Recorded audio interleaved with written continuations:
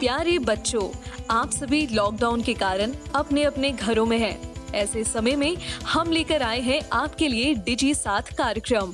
इसके माध्यम से आप प्रत्येक दिन सोमवार से शुक्रवार तक पूर्वाह्न 10 से 12 तथा अपराह्न 1 से 2 बजे तक अपने अपने कक्षाओं के अनुरूप कार्यक्रम देख सकेंगे। स्कूली शिक्षा एवं साक्षरता विभाग, झारखंड। नमस्ते दोस्तों, आप सबका झारखंड सरकार के डीजी साथ प्रोग्राम में स्वागत है। आइए देखते हैं कि आज हम क्या पढ़ेंगे। हम एपिसोड की शुरुआत कक्षा 9 के सामाजिक अध्ययन के अध्याय अफवाह के साथ करेंगे और साथ साथ इन पर आधारित प्रश्नों को भी करेंगे। ठीक इसके बाद कक्षा 11 में रसायन विज्ञान के अध्याय परमाणु की संरचना को पढ़ेंगे, साथ साथ इन पर आधारित प्रश्नों को भी करेंगे। तो आइए शुरू करते हैं हम अपना प्रोग्राम डीजी साथ। अब पढ़ाई नहीं रुकेगी।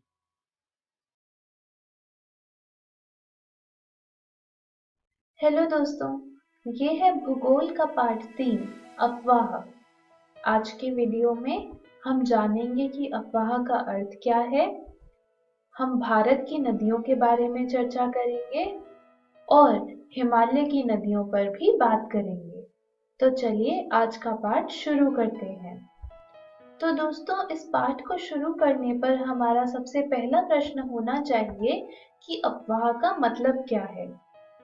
अफवाह का अर्थ है किसी भी क्षेत्र का नदी तंत्र। कोई भी नदी और उसकी सहायक नदियां मिलकर एक नदी तंत्र बनाती हैं। दोस्तों, अगर आप भारत का भौतिक मानचित्र देखेंगे तो आप पाएंगे कि अलग-अलग दिशाओं से छोटी-छोटी धाराएं मिलकर एक बड़ी नदी का निर्माण करती हैं और इस बड़ी नदी के जल का निकास एक बड़े जलाशय में, जैसे कि झील या समुद्र या महासागर में होता है। दोस्तों, जब एक नदी तंत्र द्वारा किसी भी क्षेत्र का जल प्रवाहित होता है तो उसे एक अपवाह द्रोणी कहते हैं। अपवाह द्रोणी को अंग्रेजी में बेसिन कहा जाता है। अब जब हम अपवाह द्रोणी की बात कर रहे हैं तो चलिए ये भी जानते हैं कि एक जल विभाजक क्या होता है। दोस्तों, कोई भी ऊंचा क्षेत्र जैसे पर्वत या उच्च भूमि जो दो पड़ोसी अपवाह द्रोणियों को एक दूसरे से अलग कर देती है, उस तरह की उच्च भूमि को जल विभाजक कहा जाता है। दोस्तों, अगर अब हम भारत के अपवाह तंत्र की बात करें तो भारत की नदियों को मुख्य रूप से 2 भागों में विभाजित करा जा सकता है। ये 2 भाग हैं हिमालय की नदियां और प्रायद्वीपीय नदियां। दोस्तों, आज के इस वीडियो में हम हिमालय की नदियों पर विस्तार से बात करेंगे। दोस्तों, हिमालय की नदियां अधिकतर बारहमासी और स्थायी नदियां होती हैं, जिनमें वर्षा से भरे जल के साथ साथ हिम पिघलने से भी पानी आता है। हिमालय की ये नदियां अपने बहने के क्रम में पर्वतों को काटकर गॉर्ज का निर्माण करती हैं। ये नदियां अपने उत्पत्ति के स्थान से लेकर समुद्र तक के लंबे रास्ते तय करती हैं और अपने ऊपरी भागों पर तीव्र अपरदन क्रिया करती हैं।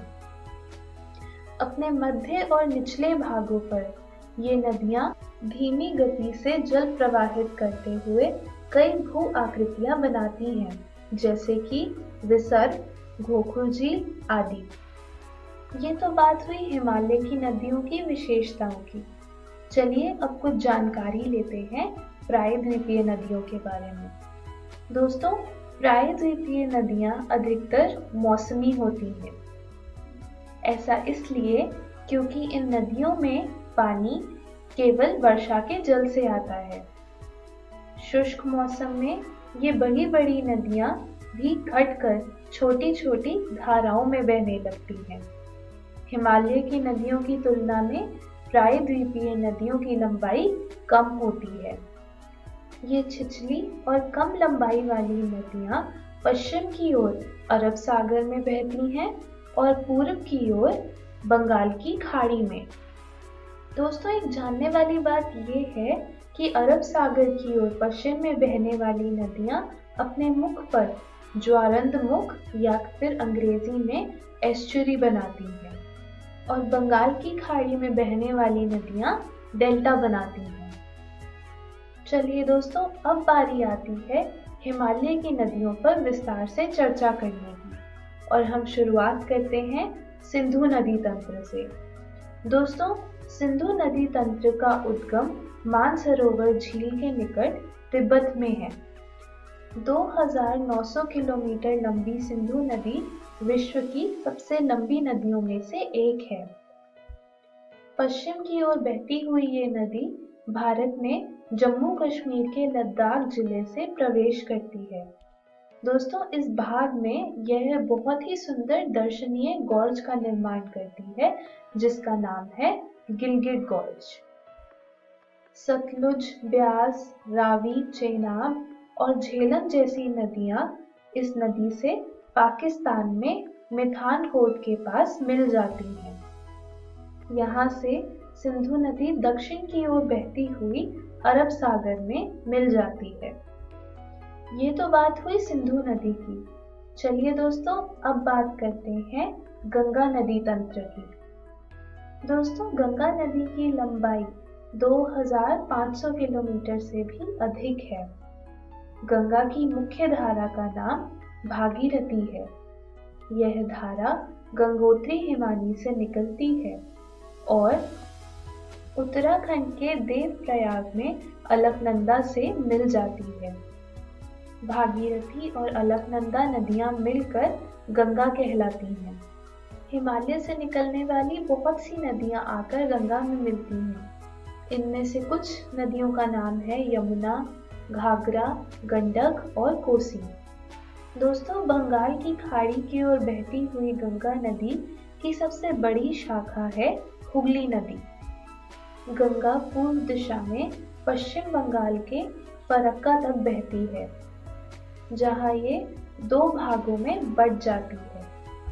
इसमें से पहला भाग डेल्टा से होते हुए बंगाल की खाड़ी में मिल जाता है और दूसरा भाग ब्रह्मपुत्रा नदी से मिल जाता है। दोस्तों, इस मेल को मेघना कहते हैं। दोस्तों, गंगा और ब्रह्मपुत्रा मिलकर एक विशाल डेल्टा बनाते हैं। इस डेल्टा को सुंदरवन कहा जाता है। चलिए दोस्तों, अब हम बात करते हैं ब्रह्मपुत्रा नदी की। दोस्तों, ब्रह्मपुत्रा नदी भी सिंधु नदी और सतलुज नदी के स्रोत मानसरोवर झील के पास से ही निकलती है। ब्रह्मपुत्रा नदी की लंबाई सिंधु नदी से कुछ अधिक है, लेकिन इस नदी का अधिकतर मार्ग भारत के बाहर ही स्थित है। नमचा बरवा शिखर के पास पहुंचकर यह नदी अंग्रेजी के यू अक्षर जैसा मोड़ बनाकर भारत में अरुणाचल प्रदेश में गॉर्ज के माध्यम से प्रवेश करती है।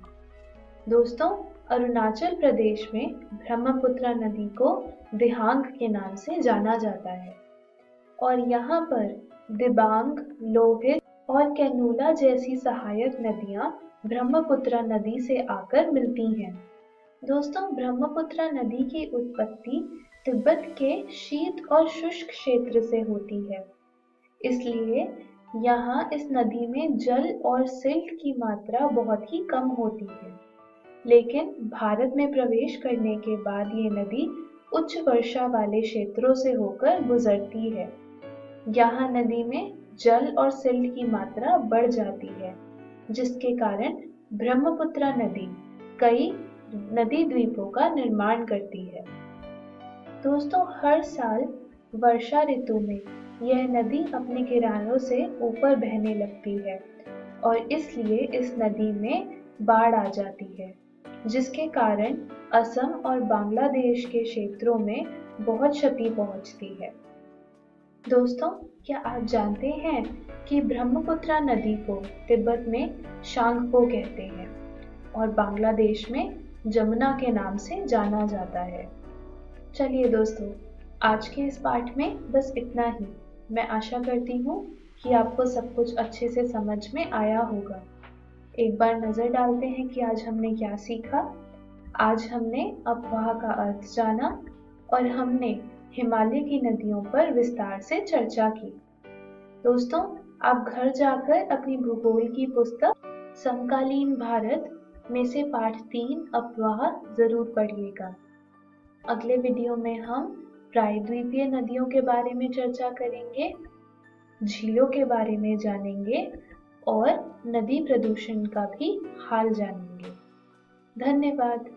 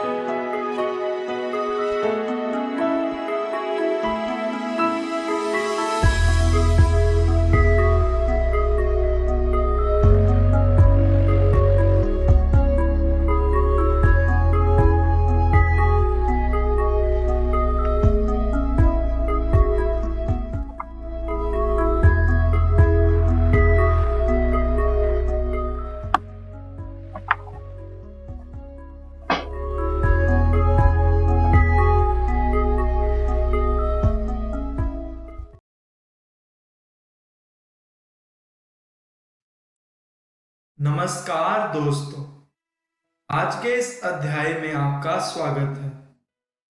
आज हम रसायन विज्ञान की कक्षा 11वीं का पाठ नंबर 2 पढ़ेंगे, जिसका नाम है परमाणु की संरचना भाग 2।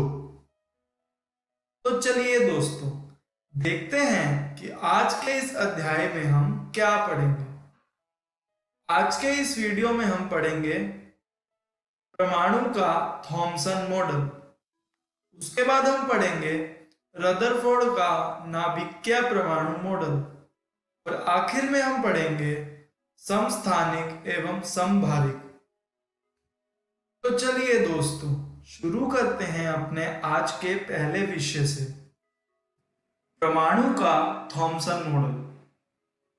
जे थॉमसन ने परमाणु का मॉडल दिया, जिसे प्लम पुडिंग मॉडल के नाम से भी जाना जाता है। इस मॉडल के अनुसार परमाणु धनावेशित पदार्थ से बना हुआ है, जिसके अंदर ऋणावेशित इलेक्ट्रॉन बिखरे होते हैं, जैसा कि आप इस चित्र में देख रहे हैं। तो चलिए देखते हैं इस मॉडल के कुछ निष्कर्ष।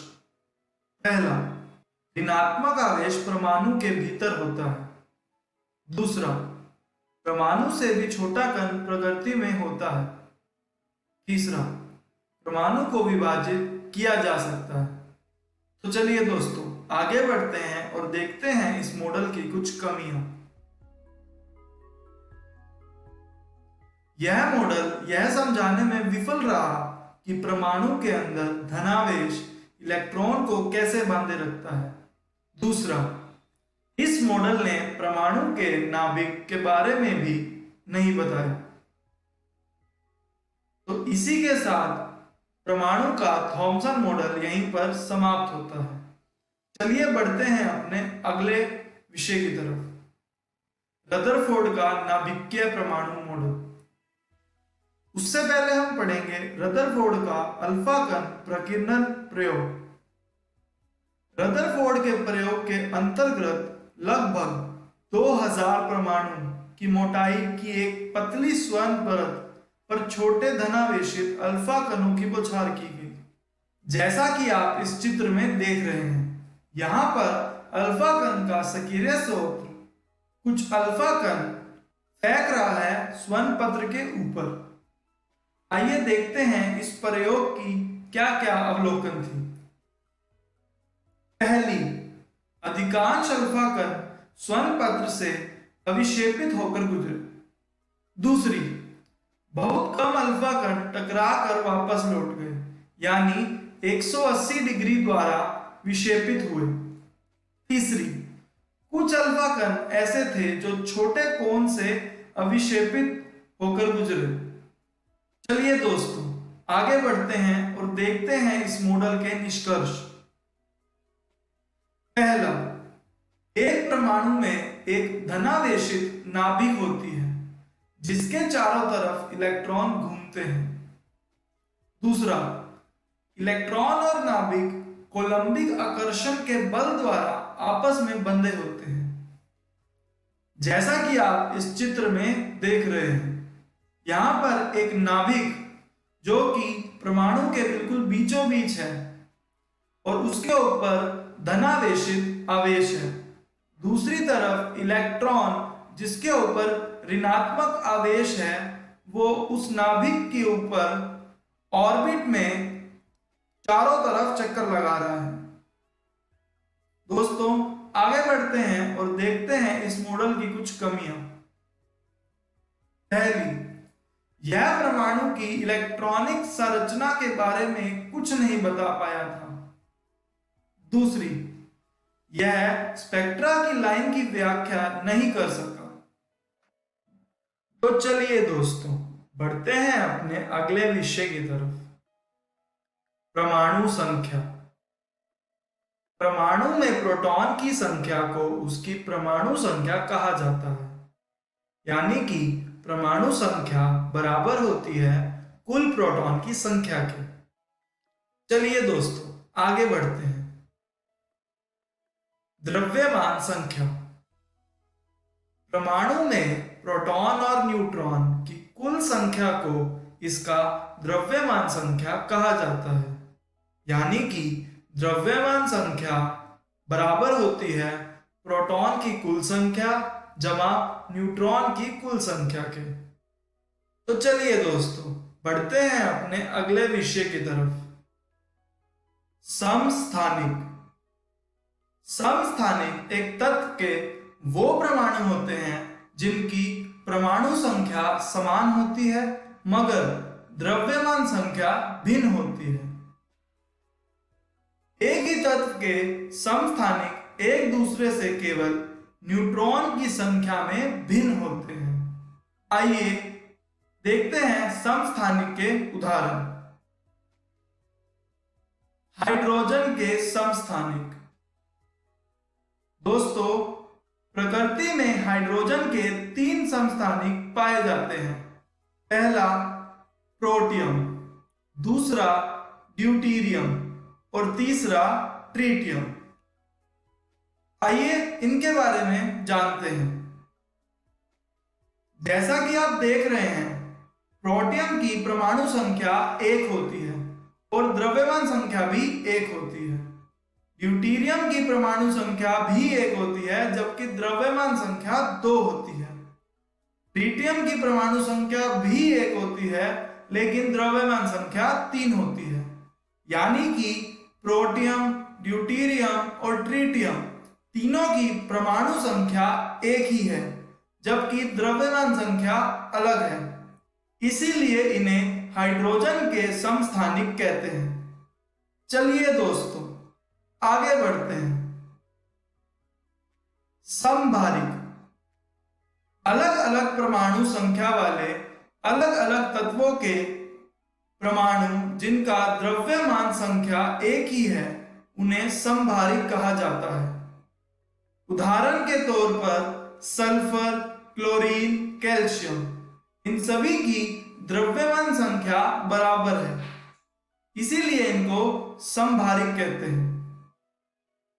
चलिए दोस्तों, बढ़ते हैं अपने आखिरी विषय की तरफ, समस्थानिक एवं समभारिक के बीच अंतर। समस्थानिकों की परमाणु संख्या समान होती है, जबकि समभारिकों की परमाणु संख्या भिन्न होती है। समस्थानिकों की द्रव्यमान संख्या भिन्न होती है, जबकि समभारिकों की द्रव्यमान संख्या समान होती है। समस्थानिकों में प्रोटॉन की संख्या समान होती है, जबकि समभारिकों में प्रोटॉन की संख्या अलग होती है। तो दोस्तों, इसी के साथ ये अध्याय यहीं पर समाप्त होता है। आइए देखते हैं हमने आज क्या क्या पढ़ा। इस वीडियो में हमने सीखा परमाणु का थॉमसन मॉडल। इस मॉडल को प्लम पुडिंग मॉडल के नाम से भी जाना जाता है। इस मॉडल के अनुसार परमाणु धनावेशित पदार्थ से बना हुआ है, जिसके अंदर इलेक्ट्रॉन होते हैं। उसके बाद हमने पढ़ा रदरफोर्ड का नाभिकीय परमाणु मॉडल। यह मॉडल थॉमसन मॉडल की कमियों को पूरा करता था, और इसके अंदर हमने यह जाना कि इलेक्ट्रॉन नाभिक के चारों तरफ ऑर्बिट में चक्कर लगाता है। उसके बाद हमने पढ़ा समस्थानिक एवं समभारिक। तो चलिए देखते हैं कि अगले वीडियो में हम क्या सीखेंगे। अगले वीडियो में हम पढ़ेंगे विद्युत चुंबकीय विकिरणों की तरंग सिद्धांत। इसके अंदर हम अलग अलग तरंगों के बारे में जानेंगे और उनसे जुड़ी कुछ उनकी विशेषताओं के भी, जैसे कि तरंग दैर्ध्य, आवृत्ति और आयाम। उसके बाद हम पढ़ेंगे प्लांक का क्वांटम सिद्धांत। यहाँ पर हम महान वैज्ञानिक प्लांक द्वारा दिए गए ऊर्जा के सूत्र के बारे में जानेंगे। तब तक आप इस वीडियो में दिए गए प्रश्नों का अभ्यास कर लीजिएगा। धन्यवाद। नमस्ते दोस्तों, परमाणु की संरचना चैप्टर में आपका एक बार फिर से स्वागत है। आज के इस वीडियो में हम रदरफोर्ड मॉडल के दोष के बारे में पढ़ेंगे और जानेंगे कि क्या क्या खामियां थी रदरफोर्ड के मॉडल में। आइए वीडियो की शुरुआत करते हैं। दोस्तों, हम अपने सोलर सिस्टम को जानते हैं, सौर मंडल को जानते हैं, जहां सूरज के गोल गोल कई सारे ग्रह घूमते हैं, और इसी तरीके से, इसी तर्ज पे रदरफोर्ड का मॉडल अगर हम देखें तो वो न्यूक्लियस के अराउंड इलेक्ट्रॉन की घूमने की बात करते हैं। दोस्तों, एक बात पे चर्चा करना बेहद जरूरी है कि सूरज के अराउंड हमारे प्लैनेट्स घूमते, हमारे ग्रह घूमते क्यों हैं, और इसका रीजन आपको पता है, ये गुरुत्वाकर्षण शक्ति, ग्रेविटेशनल फोर्स जो है वो इसका मेजर कारण है, जिसको निकालना भी हमें आता है। G कांस्टेंट है, m1 m2 mass of sun, mass of planet upon r square, जो दोनों में दूरी है उसका स्क्वायर से गुरुत्वाकर्षण बल हम निकालते हैं। और ये एक शक्ति है, सूरज और प्लैनेट के बीच में लगने वाली बल है, जो उन लोगों को बांध के रखती है और सर्कुलर ऑर्बिट में घूमने देती है। ठीक इसी प्रकार अगर रदरफोर्ड मॉडल में बात करें हम, तो दो चार्ज ऑब्जेक्ट के बीच में भी फोर्स लगता है, जिसको कूलम फोर्स कहते हैं, कूलम बल, और वो भी गुरुत्वाकर्षण बल की तरह ही सिमिलर फॉर्मूला होता है उसका, जहां k कांस्टेंट होता है, Q1 में और Q2 चार्ज होते हैं दोनों में, Q1 न्यूक्लियस का चार्ज, Q2 इलेक्ट्रॉन का चार्ज हो सकता है, और दोनों में r स्क्वायर जो दोनों के बीच की दूरी है वो होता है। तो ये बल ऐसा कहा जा सकता है कि न्यूक्लियस जो इलेक्ट्रॉन को बांध के रखने के लिए ये बल लगाता है। मगर दोस्तों, इसमें एक ट्विस्ट और है, क्योंकि जब चार्ज ऑब्जेक्ट सर्कल में घूमता है इस तरीके से, इस पर मैक्सवेल का एक सिद्धांत बहुत जरूरी है। ठीक है, अब यहाँ एक और चीज देख लेते हैं कि सर्कुलर मोशन में कोई भी ऑब्जेक्ट होता है तो कंटिन्यूअस एक्सेलरेशन लग रहा होता है। ठीक है, यही एक्सेलरेशन कूलम फोर्स हम लोगों को देता है। ऐसा क्यों होता है? क्योंकि दिशा बदल रही होती है और आपको पता है कि अगर कांस्टेंट स्पीड बराबर भी हो और दिशा बदल रही हो तो फोर्स उस पर लग रहा होता है। फोर्स या तो वेलोसिटी बदलता है या दिशा बदलता है या दोनों बदलता है। तो इसीलिए एक्सेलरेशन, जहां फोर्स होगा वहां एक्सेलरेशन होगा ही, क्योंकि ma होता है फोर्स इक्वल टू, ये हमने पहले पढ़ रखा है, अब इसको और डिटेल में भी जानेंगे। तो सर्कुलर मोशन के लिए एक फोर्स की जरूरत होती है। फोर्स हमने देखा कूलम फोर्स होता है, मगर उसके भी ऊपर एक ट्विस्ट ये है कि मैक्सवेल के विद्युत चुंबकीय सिद्धांत ने ये सिद्ध किया था कि अगर कोई भी चार्ज ऑब्जेक्ट सर्कुलर मोशन में अगर घूमता है तो वो ऊर्जा इमिट कर, उसका एनर्जी इमिट करता है, ऊर्जा निकलता है उससे। और अगर ऐसा होगा तो जो बड़ा ऑर्बिट है वो छोटा होते होते होते होते आके न्यूक्लियस में मिल जाएगा। क्योंकि तो यही मॉडल में यहाँ अगर ये देखें कि अगर हम इलेक्ट्रॉन पे ये लगाएं तो ऐसा कहा जा, कैलकुलेट किया जा सकता है कि इलेक्ट्रॉन को न्यूक्लियस में मिलने में 10 की पावर -8 सेकेंड लगेगा। 10 की पावर -8 सेकेंड में जो इलेक्ट्रॉन है वो न्यूक्लियस में आकर के मिल जाएगा। मगर ऐसा होता नहीं है और यही खामी है रदरफोर्ड मॉडल की कि वो ये एक्सप्लेन नहीं कर पाए थे। उनके हिसाब से जो मॉडल था अगर वो वैसे चले तो इलेक्ट्रॉन तुरंत न्यूक्लियस में आकर के मिल जाएगा, मगर रदरफोर्ड ने ऐसा कोई एक्सप्लेनेशन नहीं दिया था कि ऐसा क्यों नहीं हो रहा है, न्यूक्लियस अपने ऑर्बिट में ही क्यों घूमता रह रहा है। ठीक है दोस्तों, बहुत इंपॉर्टेंट पॉइंट है, प्लीज नोट करिएगा। ये एक मुख्य खामी है रदरफोर्ड मॉडल की। और जो दूसरा बड़ा दोष है, उन्होंने इलेक्ट्रॉनिक संरचना, इलेक्ट्रॉनिक कॉन्फ़िगरेशन के बारे में कुछ भी नहीं बताया था कि एटम में इलेक्ट्रॉन किस तरीके से अरेंज होते हैं, किस तरीके से कॉन्फ़िगर होते हैं, किस तरीके से संरचना उनकी होती है एटम में। इलेक्ट्रॉनिक संरचना के बारे में कुछ नहीं बताया था। तो ये दो मुख्य दोष हैं रदरफोर्ड मॉडल के। अब देख लेते हैं इस वीडियो में हमने क्या सीखा। इस वीडियो में हमने परमाणु की संरचना पार्ट के रदरफोर्ड मॉडल के दोष के बारे में चर्चा करी और आने वाले वीडियो में हम लोग बोर की परमाणु संरचना का मॉडल पढ़ेंगे, जो कि बेहद महत्वपूर्ण है परीक्षा के दृष्टिकोण से भी। और फिर से 12वीं कक्षा के फिजिक्स के चैप्टर में इस तरीके के टॉपिक आते हैं, तो अगर आप यहाँ सब कुछ समझ लेंगे तो वहाँ आपको बहुत सहायता मिल जाएगी। तो प्लीज ध्यान दीजिएगा, नोट्स लेते रहिएगा और किताब में दिए गए प्रश्नों को भी जरूर बनाइए। धन्यवाद।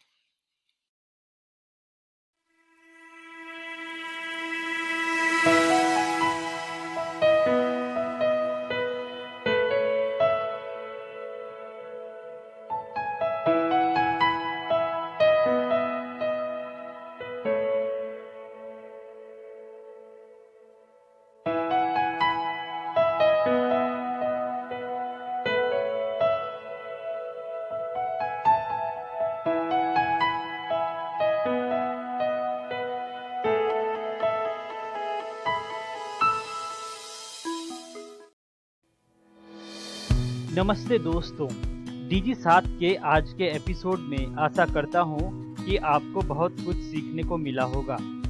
आइए देखते हैं कि आज हमने क्या क्या पढ़ा। आज हमने कक्षा 9 में सामाजिक अध्ययन के अध्याय अपवाह को पढ़ा, साथ साथ इन पर आधारित प्रश्नों को भी किया। ठीक इसके बाद कक्षा 11 में हमने रसायन विज्ञान के अध्याय परमाणु की संरचना को पढ़ा, साथ साथ इन पर आधारित प्रश्नों को भी किया। आइए देखते हैं कि कल हम क्या पढ़ेंगे। कल हम सबसे पहले कक्षा 9 में हिंदी के अध्याय लहासा की ओर को पढ़ेंगे। ठीक इसके बाद कक्षा 11 में बायोलॉजी के चैप्टर एनिमल किंगडम को पढ़ेंगे, साथ साथ इन पर आधारित प्रश्नों को भी करेंगे। एक जरूरी सूचना, इस एपिसोड को जो अभी आपने देखा इसका पुनः प्रसारण YouTube पे किया जाएगा इकोवेशन के चैनल पर ठीक 3 बजे। तो यदि आप अपने दोस्तों के साथ भी ये एपिसोड शेयर करना चाहते हैं या पुनः देखना चाहते हैं तो YouTube पर डीजी 7 इकोवेशन सर्च करें और आप इस वीडियो तक पहुंच जाएंगे। धन्यवाद दोस्तों।